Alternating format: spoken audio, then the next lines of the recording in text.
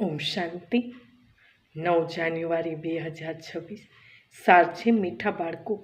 Great great grand father અર્થાત સર્વ ધર્મ પિતાઓના પણ આદિપિતા છે પ્રજાપિતા બ્રહ્મા, જેમના ઓક્યુપેશન અર્થાત કર્તવ્યને આ બાળકો જાણો છો.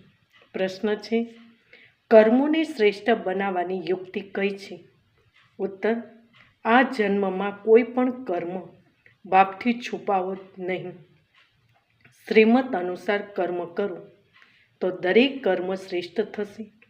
બધો આધાર કર્મના ઉપર છે.